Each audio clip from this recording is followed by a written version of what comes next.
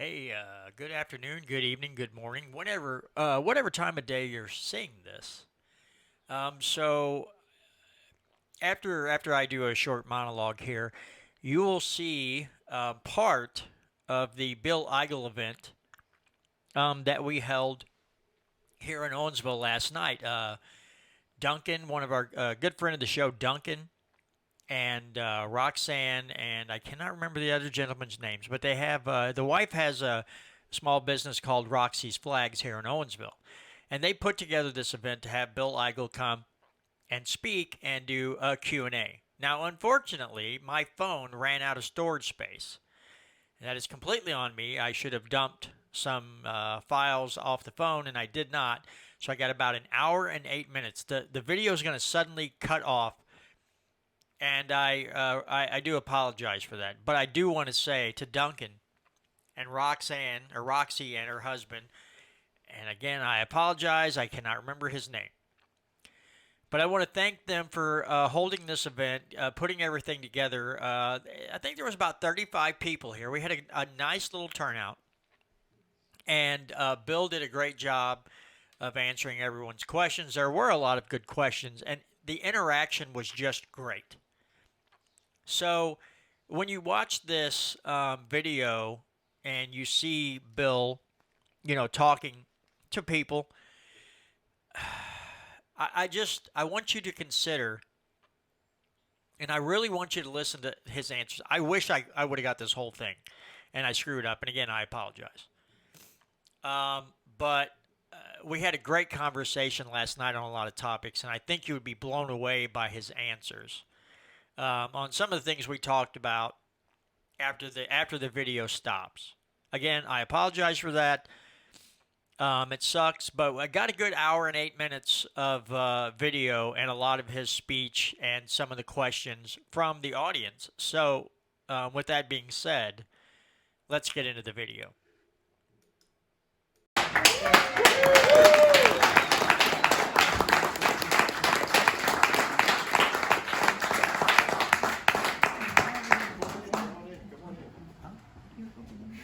All right, I'm at the right place.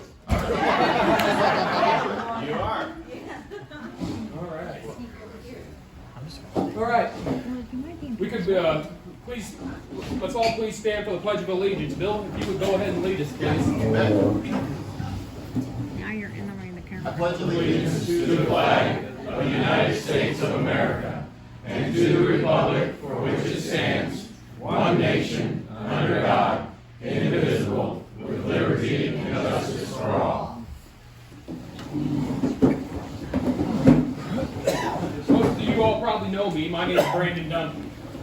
First of all, I would like to thank everyone for coming this evening to the Bill Eigel for Governor Exploratory event.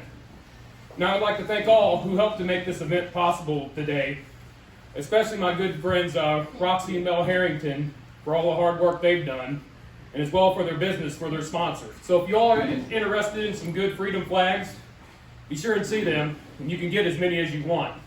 I personally got several of them. No one would ever guess that my favorite one is Let's Go Brandon, would they? I would like to thank our other sponsors as well. Swiss Meats for the meat tray, and Owensville for providing the lemonade over there. We got some wine from a local winery over there you all are welcome to. We're called Winwood Winery. Me and Rock sampled every one of them. We personally, did I say that? We personally, our personal favorite was the Creek Bed Red that we like the best. We wouldn't let you all have nothing but the best for the best candidate for governor, right? We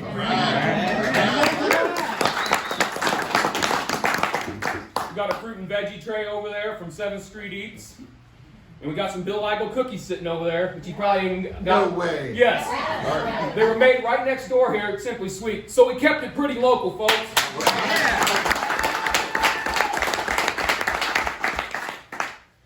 Yeah. I'd like to introduce you all to some very special friends of mine that have a radio show right here in Owensville. It's Missouri Liberty Radio. It can be heard on molibertyradio.us at any time. And for those of you that were within a 10-mile radius approximately, just turn your decimal to 101.3, and they can be heard there. By the way, Bill has been on both of these shows. It's not all politics. Missouri Liberty Radio, it's not all politics. It's a little bit of everything. Sam and Trish are personally on every Sunday night from 7 to 9 p.m. with their show called Off the Cuff. They call it Off the Cuff because you never know what they're going to be talking about. So with that being said, my dear friends Sam and Trish Britton, would you please stand up and be recognized?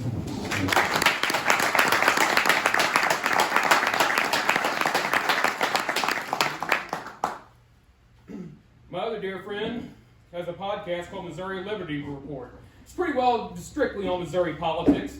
Not that he don't get off the cuff once in a while. He has many freedom-loving special candidates and guests on. He can be heard on Missouri Liberty Report on Saturday nights at 7 p.m. and on Wednesdays at 1 p.m. He can also be heard on YouTube. Just go to Missouri Liberty Report and click YouTube, and you'll be sure to find him. That's how I listen to him at the gym when I don't catch him any other time. He can also be heard on Spreaker, Zoom, and a radio station if you're in the Lake of the Ozarks area called KYEK. So, my good friend John Williams, would you please stand up and be recognized?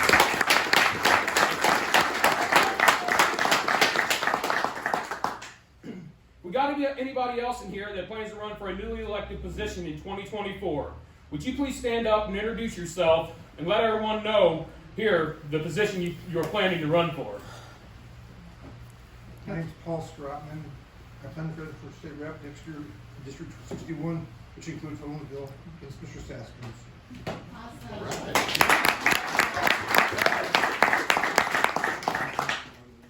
Hi, I'm Philip Loman. I'm running for House District 143, Marys County, half of Felton, Texas County. And I look to lower your state gas tax with my good friend Bill Eigel.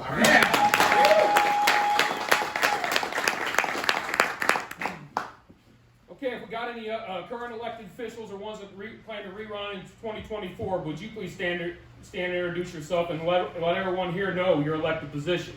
I don't think we have. Are we done? I'm Bill Eigel.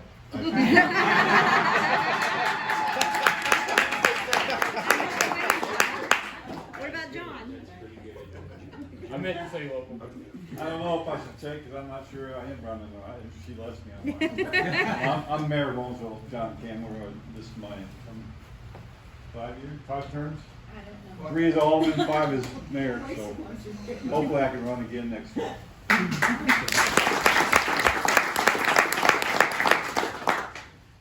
All right, so I got this information on Senator Eigel back in November at an event in Washington. So I will add about a half year on to some of it. So there'll be some give or take. But I never claimed to be perfect, right?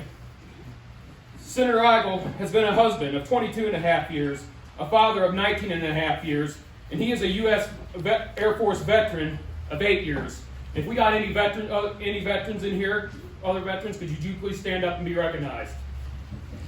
Thank you for the service.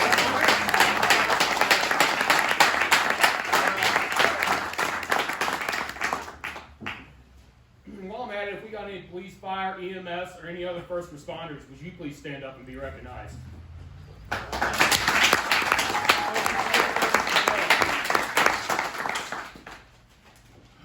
Bill has been a small business owner of 12 and a half years.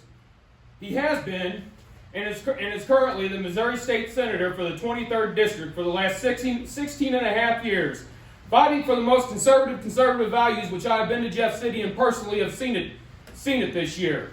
And now he would like to take that to a higher level by being the next elected governor in 2024. Bill will be taking questions after his speech, which I know many will probably have some, especially when it comes to his tax cuts. Bill told me a while ago that he's always ready for questions like that. So in other words, fire away. What, Bill? That's right. Nothing's off limits. So without further ado, with the good Lord's will, your next elected governor of 2024, Bill Eigel.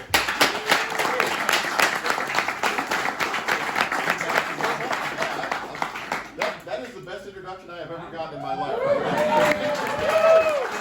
By the way, any day that starts out with the phrase phrase Bill Eigel cookies, listen, I'm all in. So thank you for that. I appreciate it very much. How's everybody doing tonight? It sounds like an excited crowd. I am. Thank you so much for welcoming me here to you. It's great to be here, and it's always a great day when I see folks coming out fighting for the future of their state. And you know, we've been going around. I just got done with the regular session. Of course, the session was very busy. It was very controversial, and a lot of folks may describe it from a Republican perspective as kind of disappointing. And so as I've been going around the state, I started this effort back in October of last year, driving all over the state, talking to folks about what I was thinking as far as it relates to 2024, what I was thinking, what it relates to the state of Missouri, where we want to go. And I always start off with the same question. I'm going to start off with the same question here, which is, how do you think those supermajorities of Republicans are doing down in Jefferson City? Go ahead. What words come to mind? Go ahead. I can take it. What words? Rhinos. Rhinos. That's a very common one, by the way. Atrocious. Atrocious. Disappointed. Disappointed. Probably one of the most common that I hear. Frustrated. Yeah. Betrayed. Right? Yeah. Does anybody feel like Missouri Republicans in Jefferson City are doing a great job? No. No. And this may or may not be a surprise to you as I go around the state and ask that same question in our cities, in our suburbs, in our farming communities. I get the same answer. Frustration, disappointment, anger, the sense that what Republicans and what the citizens of this state are being told in campaign season is different than what they're seeing once those individuals are empowered by the vote. I want to start off, I'm a big story guy, so let me start off with a little story. I'll take you back in time a little bit, just a little bit. There was a midterm election held in November of a certain midterm year here in America. I'm not going to tell you which year. And going into this midterm election, a general election, November election, so not a primary, but a general election, the country had a Democratic president. And the Democratic president was empowered by 2 Democratic chambers of Congress in Washington, D.C. And at the time, as a result of a sequence of errors and disasters from the Democratic mindset, the country was on very uncertain terms. Our foreign policy disasters had led to a retraction in the global standing of America. We were beset by high interest rates, high inflation, and there was great uncertainty amongst the people that perhaps our best days were behind us. Now, Republicans going into this general election saw opportunity. And so they began talking as the day of the election approached, because there was so much unhappiness with the Democratic policies. They sensed opportunity for a red wave. And as the days got closer and closer to this midterm election, excitement grew within the Republican Party because things seemed to be accelerating and falling apart for the party in power in Washington, D.C., and that was, of course, the Democratic Party. And yet, when election day came, as it turns out, there was no red wave. In fact, there was a red trickle. And not only were some of the majorities retained by the Democratic parties in Congress, the Democratic presidency persisted and kind of crowed about it, saying, well, I guess we are doing something right. And I guess the people of this country do support what we do. And Republicans all over the country in the aftermath of this midterm election said to themselves, what went wrong? What happened? And when I ask you what election I'm probably talking about, how many of you think I'm talking about the one that we just had in 2022, right? Isn't that what happened? Yeah. That's not the one I'm thinking of. I'm thinking about the one in 1978. Who was president in 1978? Carter. Jimmy Carter. Yeah. Jimmy Carter had 2 chambers of U.S. Congress behind him. And the country was beset by an economic malaise. Remember that term? And the country was kind of going down the tubes. We had all these foreign policy disasters. And yet, after that election, Democrats actually retained both chambers of Congress in spite of everything going wrong. Why did that happen? Was it because the country really just woke up on the morning of the election and realized, oh no, Jimmy Carter actually is doing a great job? Well, of course not. It was the same reason that they didn't wake up just a few months ago and suddenly think that Joe Biden was doing a great job, or that progressive liberal policies were the ones that our state and our country should follow, right? What happened? What was missing? Well, what I think was missing was that unifying voice amongst Republicans that not only talked about and acknowledged that things were bad, but could describe where the Republican Party wanted to go from there. Where the Republican Party could articulate why it was important that the conservative principles of the Republican Party lead this country to a better tomorrow we didn't have today. And actually, that came to pass just 2 years later, in 1980. And who came to power in 1980? Ronald Reagan, the great communicator, right? Who was able to describe not just why the Republican principles were right, but why they were going to make America better for everyone, whether you were a Republican, an independent, or Democrat.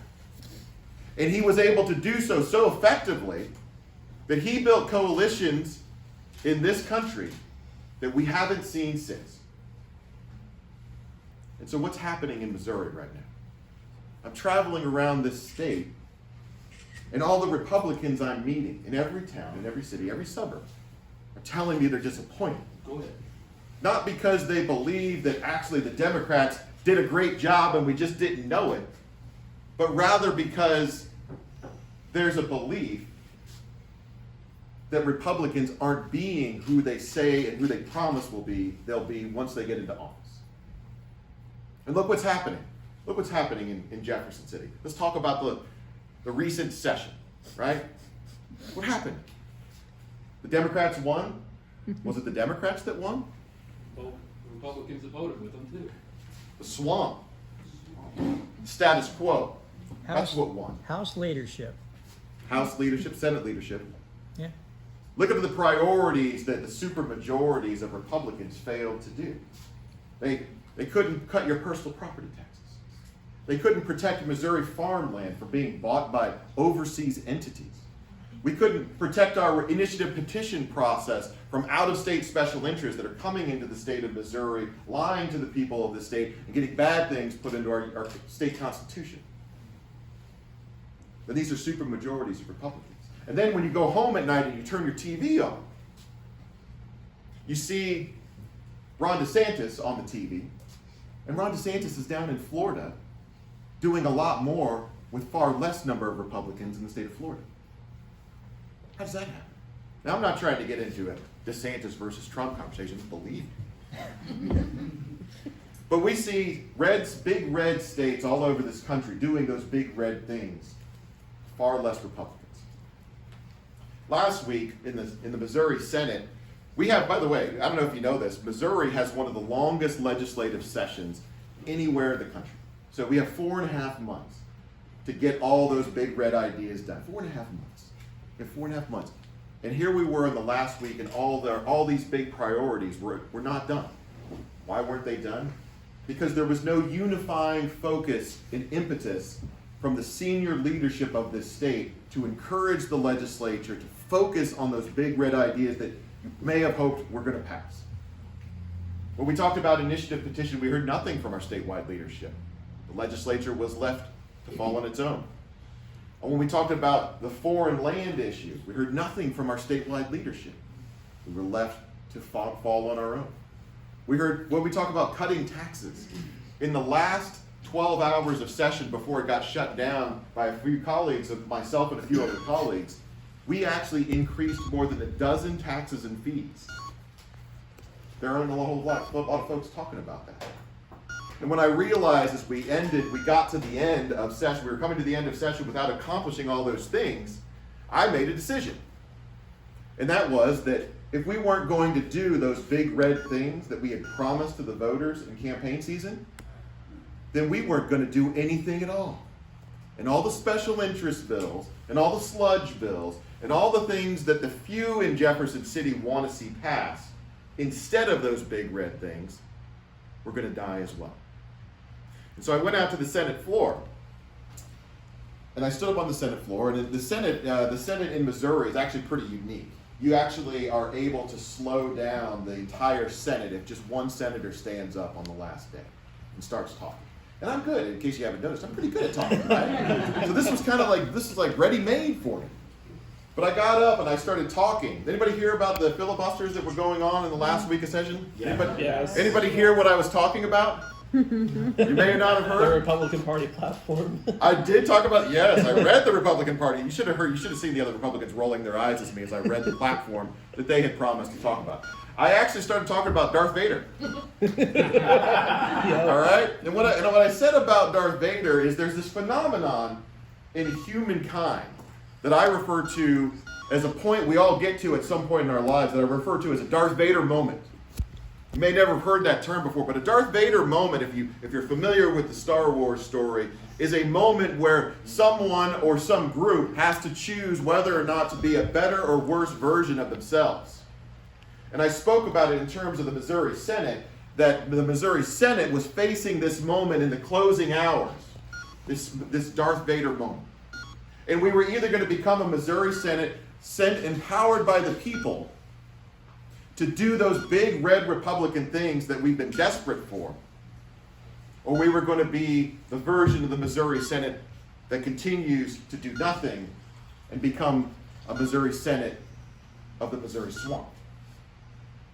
And I called on my colleagues to pick up those bills that we needed to pass. Initiative petition reform, foreign land, personal property tax.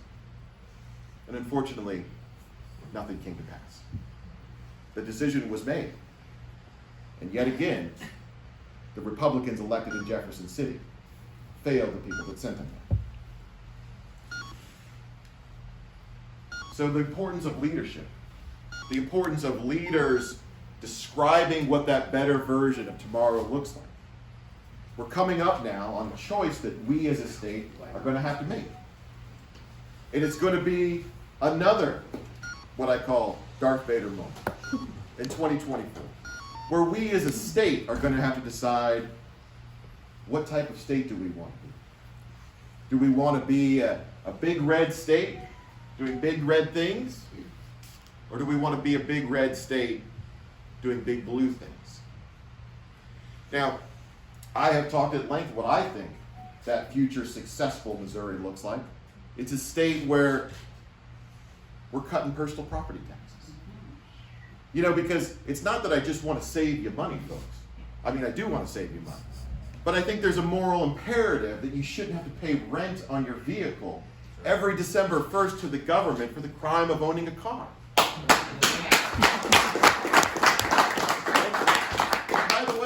By the way, most states have already gotten rid of personal property tax. So this isn't a new concept. 29 out of the 50 states have already gotten rid of it. Well, why can't our supermajorities make that leap and step into that better version of tomorrow? I want to protect our farmland.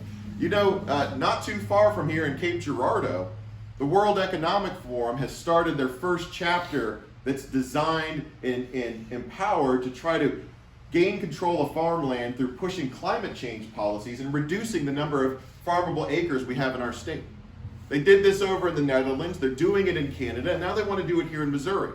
That's why I've been fighting for a bill that would prohibit all foreign entities from buying Missouri ground. Not just China and Russia, everybody knows about them, but any foreign entity. It's a national security issue because nobody cares about our food supply more than we do. And if somebody's going to own Missouri, it ought to be Missourians, or at least Americans. And I'm the only person talking about being the next governor of this state that is willing to say that I don't think that we should sell Missouri to a foreign country. I think that's something that we should fight for.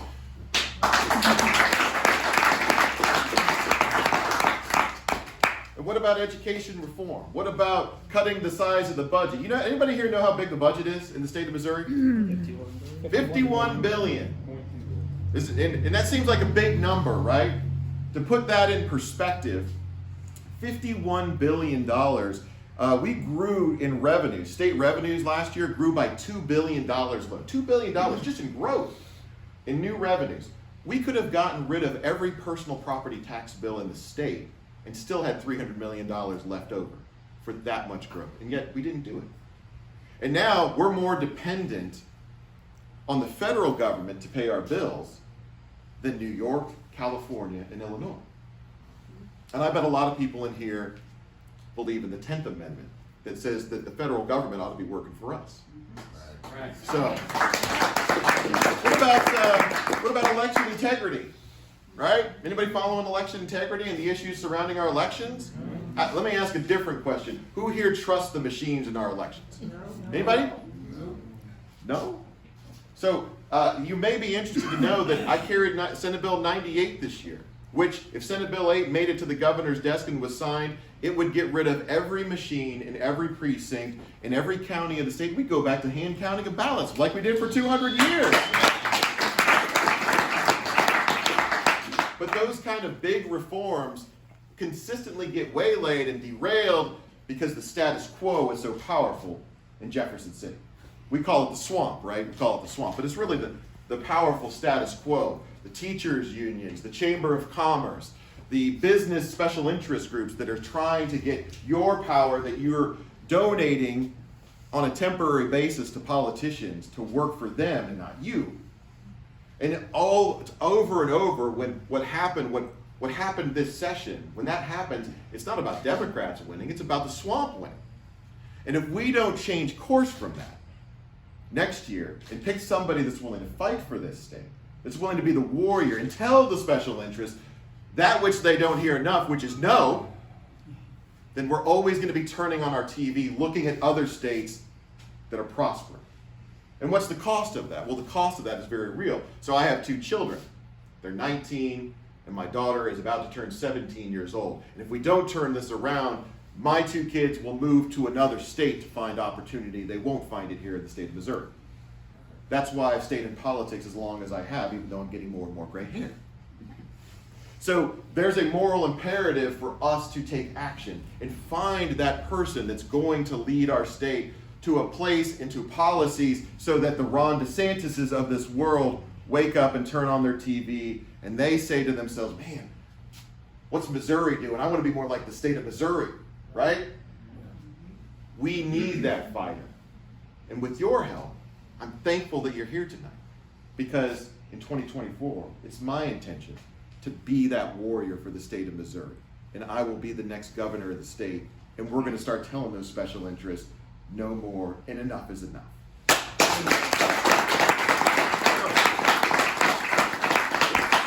So we've got a lot of work to do. The first thing that Jefferson City will come out and they'll say, well, like when I started talking about this, they say, oh, you can't do that, Eigel. You don't have enough name ID. You don't have enough money to do this. But you know what we do have? We've got a message. We've got a message about a stronger Missouri. We've got a message about a version of the state that we live in that is much stronger than the one we're living in today. And even though the Jefferson City special interests can't imagine that a group like us or a guy like me could change the state or change the world, I think we're going to take them all by surprise. So I'm thankful very much for you all to be here tonight, and I'm looking forward to all the work we're going to do together over the next year. Thank you, everybody.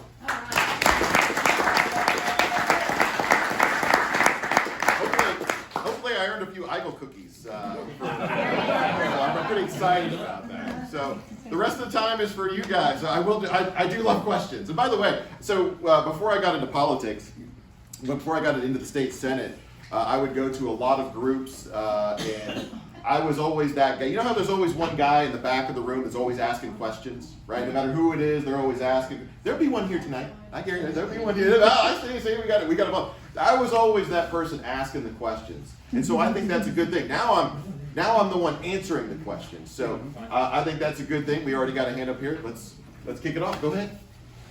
All right, my question is, we had the gold and silver bill, which you worked on very diligently, and I was so appreciative of that bill. Along with so many other things you've done. The one good thing, if people take time to look, you do have a track record. It's a good track record. And but my question is, thanks to certain forces up in Jeff City, we lost that bill for this session. Right. So, what is the best thing that we can do to keep that bill going? I mean, obviously, next session we can keep pushing for it. But is there anything we can do, like somehow, to help catapult it into the special session or something, so that we can try to get that thing through? Because with the economy the way it's going and the first stage of the rollout of the central bank digital currency in July. Yep. This bill is going to be more badly needed than ever as we move through this phase of them trying to roll out the central bank digital currency. Yep. So I wanted to get your thought on where do we go from here as far as those of us out here that are, how can we help you and help, get this bill pushed through, which will in turn help all of us.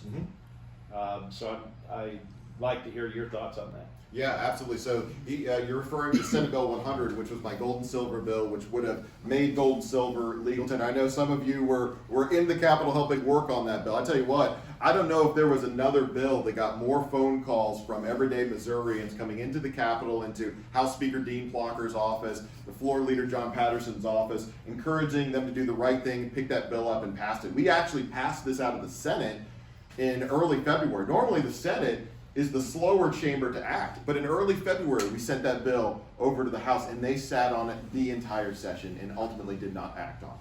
And it was used simply as a leverage tool by House leadership to try to get more sludge. That was another thing that became clear to me in the closing days of session. They never had any real interest or desire to actually move good legislation like that. Now, interestingly enough, the guy that was most directly responsible for killing that bill is the House Speaker. So we are going to try next year. I would absolutely entertain a special session on gold and silver, but the reality is we're going to have the same House Speaker. Yeah. And so we might run into the same issues. Now, I happen to know that House Speaker, Dean Plocker, has already announced that he wants to be your next lieutenant governor. Oh, yeah. So I can't understate the importance enough of what you're doing, engaging in what is going to be probably one of the most critical elections we've ever had. And by the way, don't you love it when a politician says that? Every election is the most important one, right? I can't tell you how many times I have heard an elected official refer to the upcoming election as the most important election they've ever had. And no matter what is going to happen in this election, guess what? The next election is going to be even more important, right? But we're not talking about that one yet. We're focused on this one. Every politician says that. This is the most important election. It's never been more important. This is the one you have to get engaged in. And when I think about all the politicians that I've heard say that, you know what I have to say about this incoming election? This is the most important election. And the reason, though, that I say that, I think a lot of politicians don't appreciate why that is true. The reason that is true is because every election that goes by, government gets bigger. Government gets further into your life. You know, up until a couple cycles ago, we had never had the COVID environment, and when the COVID environment happened, we never could have imagined at that point that our rights would be trampled like it was in the COVID environment. So every election is the most important election because government never seems to get smaller. And so now the good news is we have folks getting engaged in the political discussion to a degree that we've never seen before. In fact, as Jefferson City, while Jefferson City is busy telling guys like me that we can't run for these big offices, we'll never run. Keep in mind that for the first time ever in the last Republican primary last year, for the first time since World War I, an incumbent Republican state senator running for re-election lost in a primary. That hasn't happened since World War I because Republicans are angry. They're angry about the gold and silver bill dying. They're angry about personal property tax dying. So when folks ask me, what can we do? We're already doing it. In a very real sense, we're already doing it. You're getting engaged. You're supporting the candidates that are going to actually move against the status quo that consistently is defeating the proposals we want to see passed the most. What I need you to do right now is resist the impulse to let go. You know, I get a lot of folks that have been in this fight longer than I have, right? And by the way, when I was a small business owner, I used to avoid politics like the plague. Whenever as a small business owner, the government either wanted more money from me or they were having some regulation that was telling me what I couldn't do. So for folks that have been in this fight for 20, 30 years before I got engaged, you know, they're asking themselves, we've been watching a Republican Party fail to deliver on big promises for 20 years. How should we stay engaged? Well, you can't let go. It's like the old saying, if you're going through hell, don't stop, right? So at this point, we're now finally seeing a level of engagement by the broader public, not just core Republicans,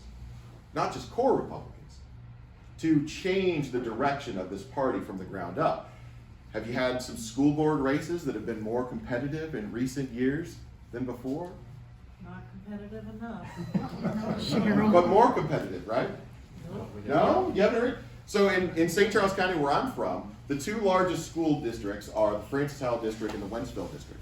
And I'm sure that the same kind of folks that were in favor of the status quo, who won those elections year after year after year in St. Charles County, They're running unopposed. they're running unopposed right now. Unopposed. In our district, we have seen an entire takeover by everyday parents that got organized and started turning those seats over. And it's not just happening in St. Charles, it's happening in Kansas City, it's happening in some of our rural communities as well. So I'm telling you, the change is coming because people are upset. How does change occur, right? When the way things are, the cost of the way things are is more than the cost of changing them to something else. And we're seeing that happen all over this state, in different communities.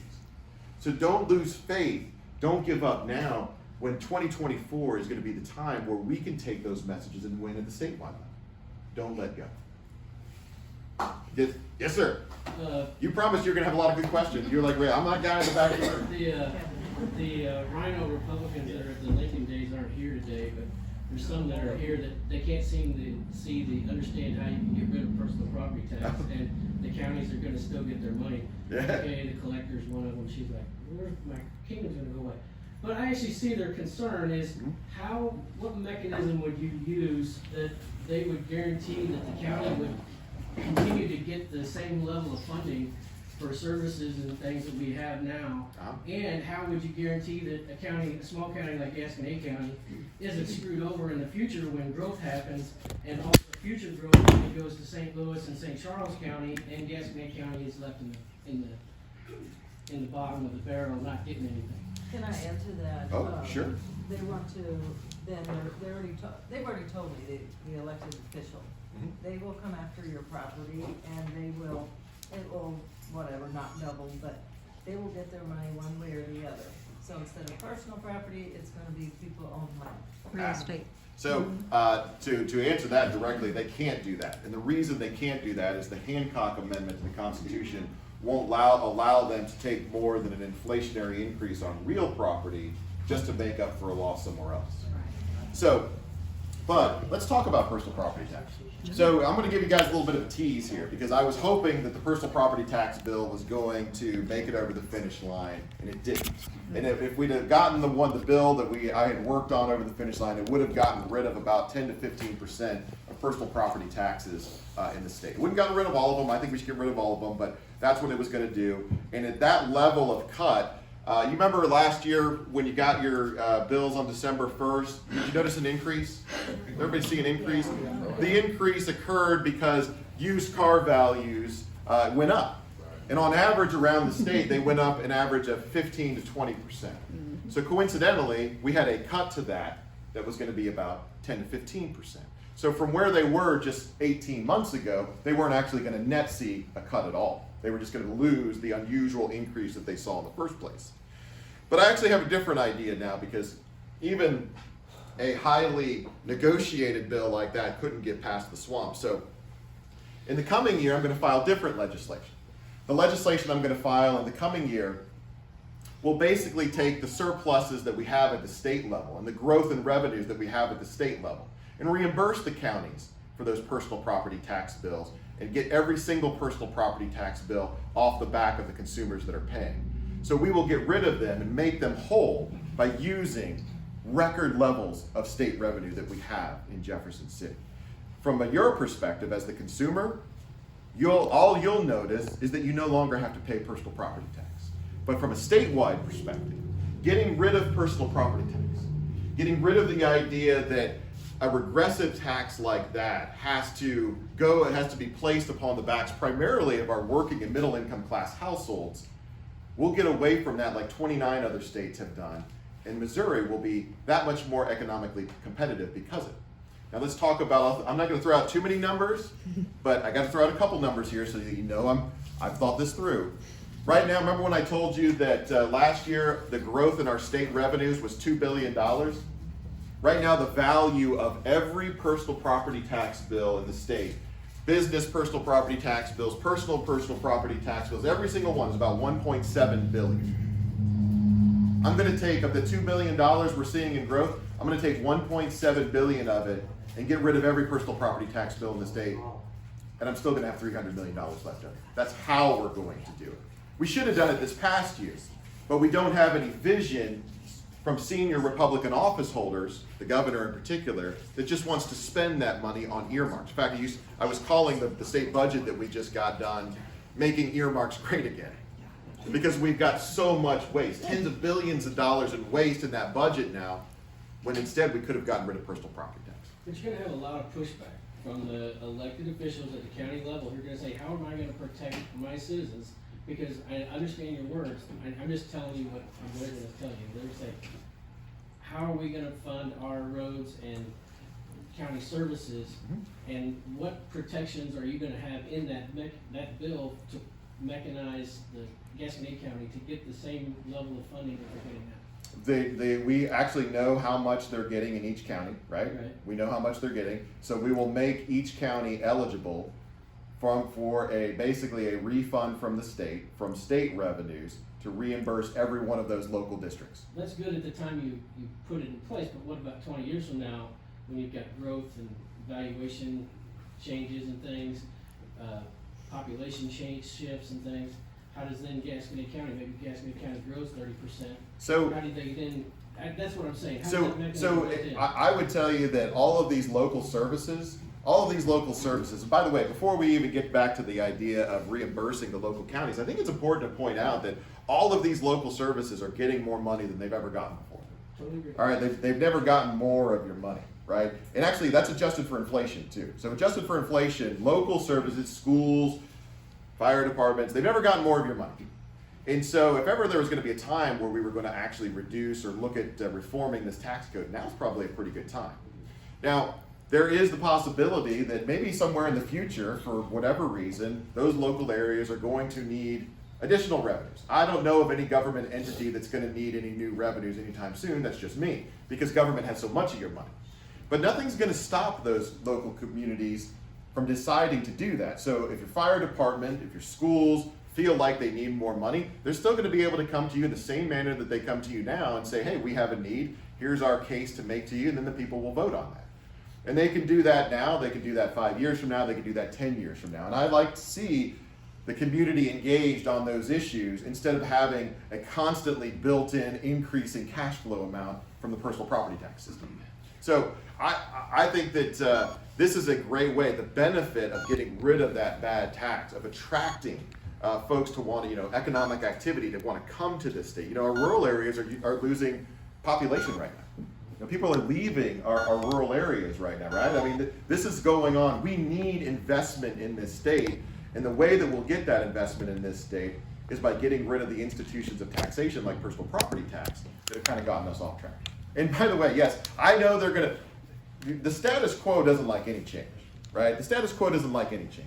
I am not the candidate that is ready to go in there and just work within the system. I've kind of made a career in the Senate out of being the guy that was willing to challenge the status quo. I'm not very well liked in the hallways of Jefferson City. That's okay, they didn't elect me, right?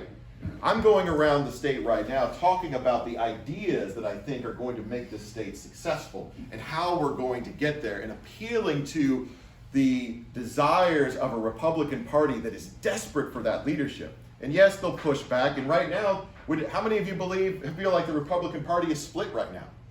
Right? A lot of you feel like we're split. You know why we're split? You know why we're fractured as a party? Because Republican leadership in this state keeps calling on us to do non-Republican things. I mean, we talk about the gas tax, right? Raise the gas tax. That's not a Republican thing. And when the Republican governor calls on us to increase the gas tax, it fractures our party, because there's guys like me that's not there to do those sorts of things. And when the governor of the state increases spending, when the governor of the state gives special benefits to certain corporate special interests, those aren't Republican things. It fractures our party. How do we get us back together?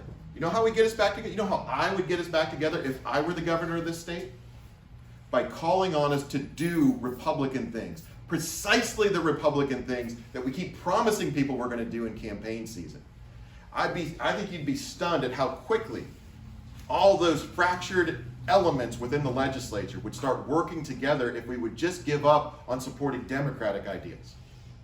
Yes, sir. So you said you're a big proponent for the 10th Amendment. Mm-hmm. I'm wondering how, as governor, you would work with the legislature to cut federal funding in the budget, so that we're not dependent on the Fed, but we're still protecting our sovereignty. Right.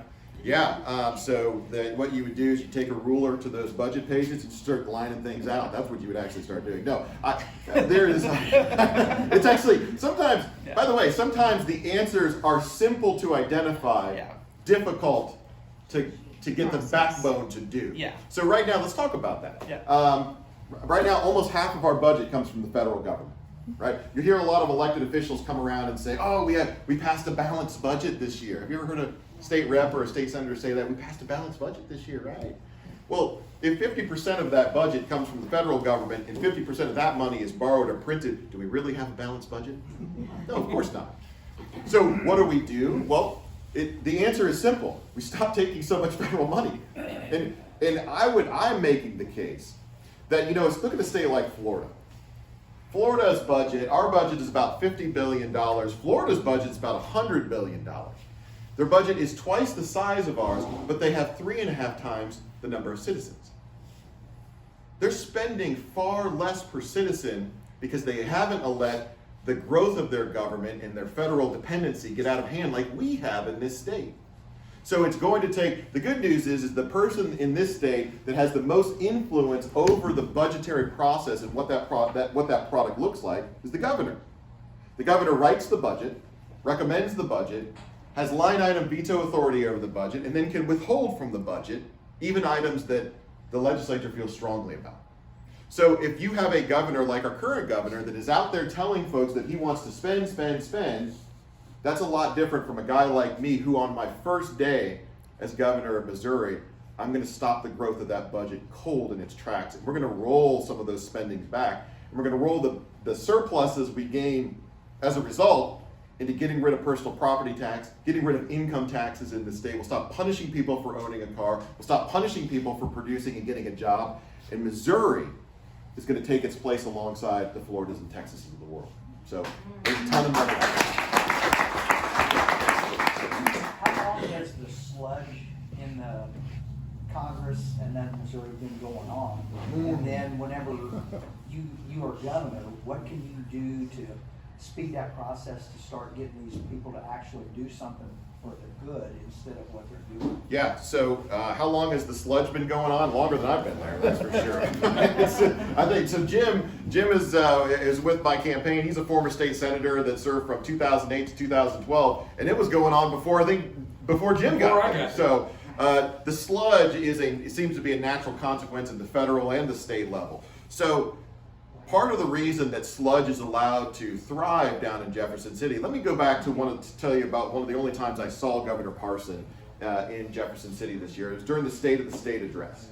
And during his State of the State address, where the governor comes out and he says, "This is what I want, this is what my priorities are, this is what I want to focus on." All he did for 45 minutes was talk about what he wanted to spend new money on. That's it. New programs, growing government, spending more dollars. And he got everything he wanted in that massive budget. So the first thing that I would do to turn that around is I would be standing up there on the dais facing that legislature saying, we're going to get initiative petition reform done. We're going to cut personal property taxes. We're going to defend education in this state. We're going to defend kids as well. That was one of the few bright spots that we did get done this year. We're going to defend Missouri farmland in this state. That's my agenda as a governor that's actually going to set aside the priorities of the special interest and actually do what the people sent us to Jefferson City to do in the first place. We haven't had that. In all 7 years that I've been in the state Senate, we've had 2 Republican governors. In those 7 years, we've grown our state budget more in those 7 years than in all the years there's been a Democratic governor in all the years that Missouri's been a state. Does that sound like what you've been promised in campaign season? So you can't understate the leadership and vision that is lacking from the governor's office right now. And I feel like we have a minority of Republicans in the legislature that are fighting a losing battle against the powerful special interests in a majority in that chamber that includes moderate Republicans and Democrats. The only thing that I take comfort in is that the people of this state are on our side. They want those reforms. They want those tax cuts and that shrinking government. They don't want to see more COVID environments in this state. They don't want to move more towards the leftist woke agenda. They want the defense of their rights. I believe it's precisely that temperature of the state that believes in those things that's going to help us be successful in this primary for governor next year. Senator Eigel? Yes. I serve as a Osage County Public Administrator. Okay. And it seems like I'm the 23rd year of doing it, but Department of Mental Health Yeah. has a big old budget. They spend $1 million every year on services. Is that agency able to reform the agency, provide more services to our people? Because a lot of the money is being funneled through different places. It's not going to the people. I don't know if you know much about that agency at all. Or Like all of the state departments, there's an incredible amount of waste. In fact, let me give you an overall statistic. Does anybody here know how many state employees we have? Over 1,800. 1,800. Oh, it's definitely over 1,800. No, it's over Well, 50. that was for Desi. That was, yes, that is right. That is right. Then we come back to Desi, actually, but It's over 50,000. it is over 50,000. 55,000 state positions. Seems like a lot. If it seems like a lot, it is a lot. Statewide, that's not just Jefferson City, that's That's statewide. statewide. That's statewide, but it is a lot for a state. In fact, Indiana, who's actually a similar size to us, has about half that. And here's what'll really get you. Of those 55,000 positions, at any given time, about 7,000 of those positions are empty, many of which have been empty for years. Yep. And yet our state hasn't collapsed as a result. My question is, why do we have all these extra positions? If we got rid of just the empty positions in our government, we could save hundreds of millions of dollars. We could address, if there were more, whether there are more priorities that we needed to address in DHSS or the education realm, all the problems we face in the state, none of them have to do with a lack of money going to Jefferson City. It has everything to do with a legislature and, up until this point, governors that are unable to prioritize what people really desire and really need in a limited sense from state government. because I have people that are like little homes, like 2 or 3 people in the home. And I get a budget every year. It's like between $300,000 and $400,000 per person in that home. The state's paying you to rent this house or have services. And It's crazy. Why can't we open the hospitals back up and let them go back to the hospitals? This is crazy. Yeah. So But because $400,000 a year, because the status quo doesn't like any change. Yeah. But- And we don't have, so the Republican Party in a broader sense, we are the reformers of this broken government, right? This is what we're supposed to do. When the Republican Party came to power in the 1800s, what were we reforming? Slavery, right? We were reforming the broken institution of slavery. We have always had a heritage of reforming all this large, inefficient government. In fact, when we run in general elections as reformers of the status quo, we win. What was Donald Trump? Was Donald Trump a status quo guy? Is he going to be a status quo guy? Of course not. Do you see how powerful that message of reform can be for the Republican Party? I talked about Ronald Reagan earlier. Was Ronald Reagan a status quo guy? Of course not. This reformers, and we have so much government now that the need for that could be Yeah, DHSS. 20 years ago, they had hospitals, have centers where people lived in homes. But they want to put them on the street or live in their homes or closer to their families. So they all moved out of the hospitals, went to live in these little homes, which cost the state a lot more money than it would to keep the hospitals open. Imagine that. Government at work, right? We mentioned Desi over here. You know, Desi used to be an office of about a half a dozen people, and their only job was to write checks to the local school boards, right? Mm-hmm. Now they have over actually I think it's over 2,000 now. There's over 2,000 employees now in Desi. And they can't return phone calls. They can't return phone calls, and they serve as an oversight board and an enforcement board. And actually, there are so many regulations coming down from Desi onto public schools and locally that the public schools have no flexibility whatsoever to teach their children. You know, there's more than 100 designations or certificates that a teacher may potentially need to have because of DESI regulation to teach in our schools right now. Do you know how difficult, you guys know how difficult it is to find folks that maybe have all those certifications in our rural areas? Well, why are we doing that? Why do we have DESI? Why do we need DESI? Why hasn't a good Republican governor come forward with a plan to reduce DESI, maybe instead of defunding police, why don't we defund DESI, right? So we need reformers in office. I am the reformer. It makes me very unpopular in Jefferson City because they know that when I'm successful, their good times, their status quo, they're coming to an end. One more comment about mental health. The other day, we got an email to our association of public administrators. Department of Justice is in Missouri looking at nursing homes. They have people locked behind doors like mentally ill. They want them back at home on the streets. They don't want them in hospitals or in nursing homes. They want them back home. Do you want somebody walking around here that's mentally ill in Owensville or Lynn or Bell? I mean, you gotta keep people locked up. And none of these problems, none of these problems are resulting from not enough money in the system. I mean, Pushing this, yeah. of course. Very good. Yeah, there it is. See, this is the second question. Now you see you're getting on a roll. I love it. Okay, so. Did you say that was Kevin back there? Because when you raised your hands the first time, she was like, "That's Kevin. That's Kevin." All right, Kevin, go for it. Okay, so as governor, would you consider challenging the Attorney General to find some other Attorney Generals around the country to take on the 14th Amendment clause of subject to the jurisdiction? Well, yeah, of course I would. In fact, we already kind of did that with the Second Amendment Preservation Act, right? You guys are familiar with the Second Amendment Preservation Act that said that local law enforcement agencies can't cooperate with the federal government that's coming in trying to grab our guns. I actually, yes, so my interest... I'm worried, I want to get rid of anchor babies. I don't want anchor babies to allow all these new immigrants to come in to all of a sudden overwhelm us with a 25% population. No question, but I would tell you you're talking about the broader issue of federal control over the state, right? This is the broader issue, yes, right? Right. Well, if you want to get in that broader sense, if you want to get rid of federal control over the states, there's actually a much quicker way to do it. Quit taking their money. You see, the message is spreading. You see what I'm saying? And by the way, this is going to have to happen from Republicans. When the Republicans took over in 2000, actually it was the early 2000s, we only got about 20% of our budget from the federal government. It was Republicans that had made us more dependent on the feds. It's going to have to be up to Republicans to fix that error. So yes, of course I'd challenge the Attorney General, but as governor, I'm going to have a lot more ability to impact the issue you're describing to by taking a hatchet to all these federal dollars we're taking from DC. Well, but naturalization of citizens by birth is going to be a federal issue. Sure. So we need the states to band together to say that, because I don't think it's ever been challenged. There's opinions on both sides of it. I mean, I know you're a lawyer, so. I'm not a lawyer, actually. No. No, but thank you. I guess, thank you. Actually, is it a compliment if somebody says you're a lawyer? I don't think it is. I don't think it is. Man. You probably did have a Jandy, but anyway, regardless, I believe that it's been argued that there's arguments on both sides of what that clause means. If that means that if you are born here, even though your parents are illegal, you're still a citizen. Right. Some sides say you're not, because you're not. What's the subject of jurisdiction? Sure. Entitled.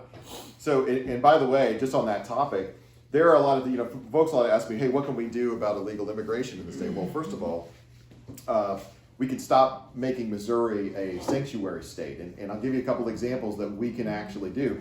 There was a bill passed last year that allowed illegal immigrants formalize that they can enroll in our public universities. So your tax dollars are subsidizing illegal immigrants in our colleges and universities.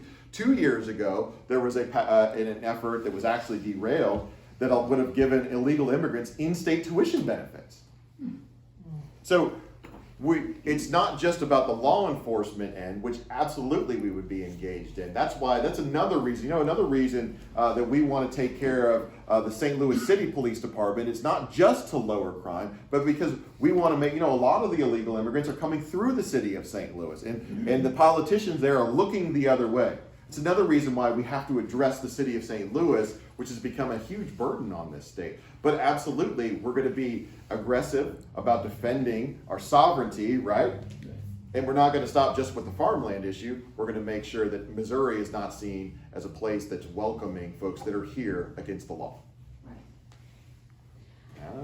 You were waiting for me to stop, right? You were like, as soon as he stops, raise him up.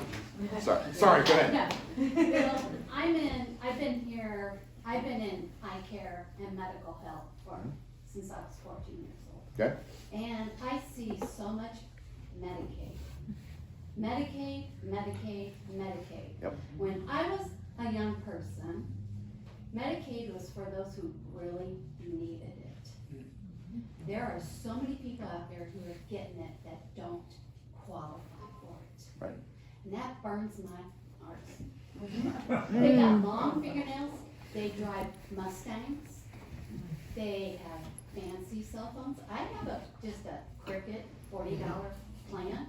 They got these $100 plans. Tattoos, It ticks me off. I love these people, but I want to encourage them to go to work.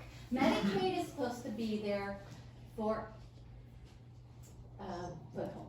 Emergencies. Emergencies. Yep. To get yourself back to work. Why isn't our system doing that to us?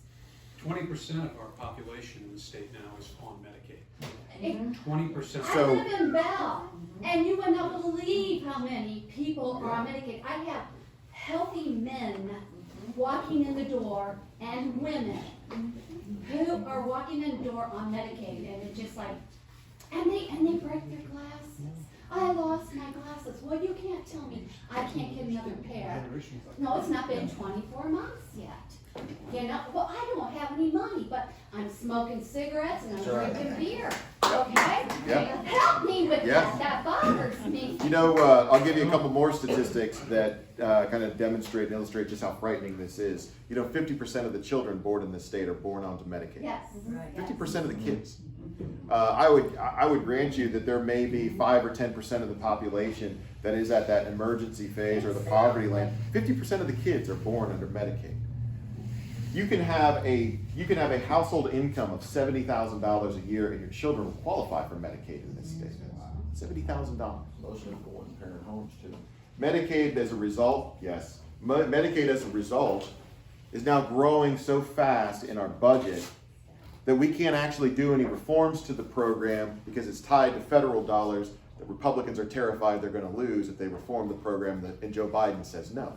I mean, what do you think the Founding Fathers would have said if they knew that Republicans were voting not on their conscience in Jefferson City, but because they were afraid of losing federal dollars for DC?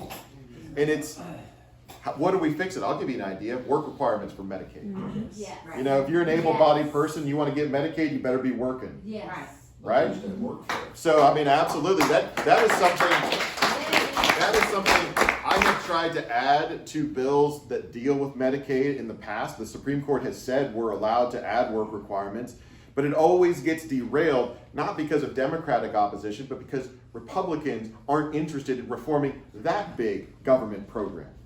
And so our state, our legislature right now, doesn't reflect the values that you're expressing in this room right now.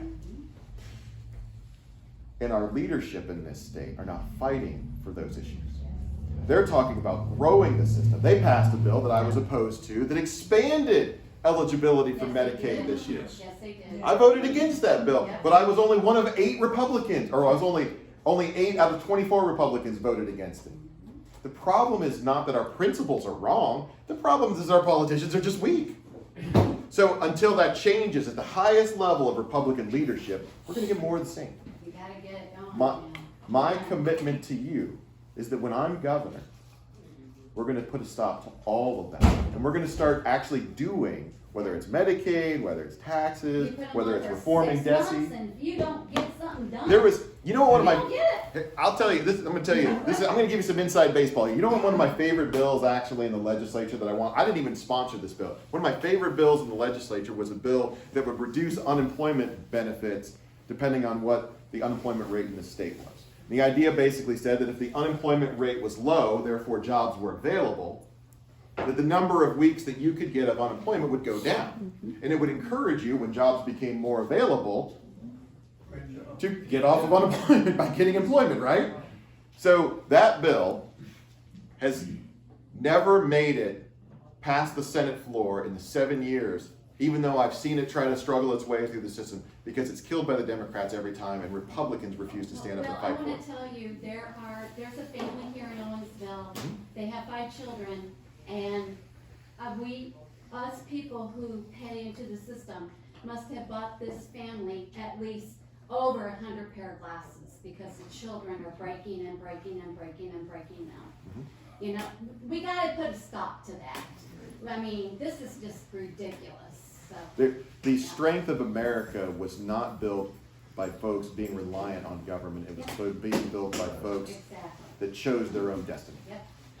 Another question? Yes, sir. Yeah, I had a question in response to the problem with illegals coming into other states. Some states have passed like E-Verify laws, and I'm absolutely against illegals coming and taking jobs of Americans. That's not a problem. The thing I'm a little bit concerned about is in some cases when these E-Verify bills get passed, they wind up affecting Americans' ability to get jobs as well. And my problem with E-Verify has always been the potential possibility of Americans having to seek permission from the government to get jobs as well as illegals if they're not careful. I want to know if we wound up with a situation like that, how you might handle that. So I used to actually do a lot of the verification of the I-9 when I was running my small business before I got into politics. I understand because of the prevalence of firms that are using illegal immigrants as workers that we are going to need some protections, and I don't feel like the gates that we have right now are so onerous that we're preventing any American from getting a job. In fact, if there's any American right now that wants to get a job, there is literally a job available on every street corner of the state right now. I mean, the jobs are so prevalent in the state that it's hard not to find a place that's not looking for more assistance. I think I saw a couple signs just driving in here to Owensville right down the street. So the jobs are available, so I don't think the problem is folks not being able to find or get to the jobs right now. I do think that if we have firms out there that are hiring these illegal immigrants, I think that is a real problem. So we'll keep an eye on that, but right now, I don't think the problem is necessarily that we're cutting off Missourians from the opportunity that they have. No, I'm just thinking of the standpoint of the potential that that could cause if, depending upon, I mean, it's like I always say, I even mention it from time to time with things that we do here as far as ordinances with our local government. I always tell people here in our city council, just be very, very careful because you could be the best, the best city council in the world, the most perfect one in the world, but you always got to worry about the next group after that. And the same holds true with state governments as well. Yep. And that you could take something like that and turn it around and use it against people who literally were in favor of it originally. Yep. Is what I'm saying. Agreed.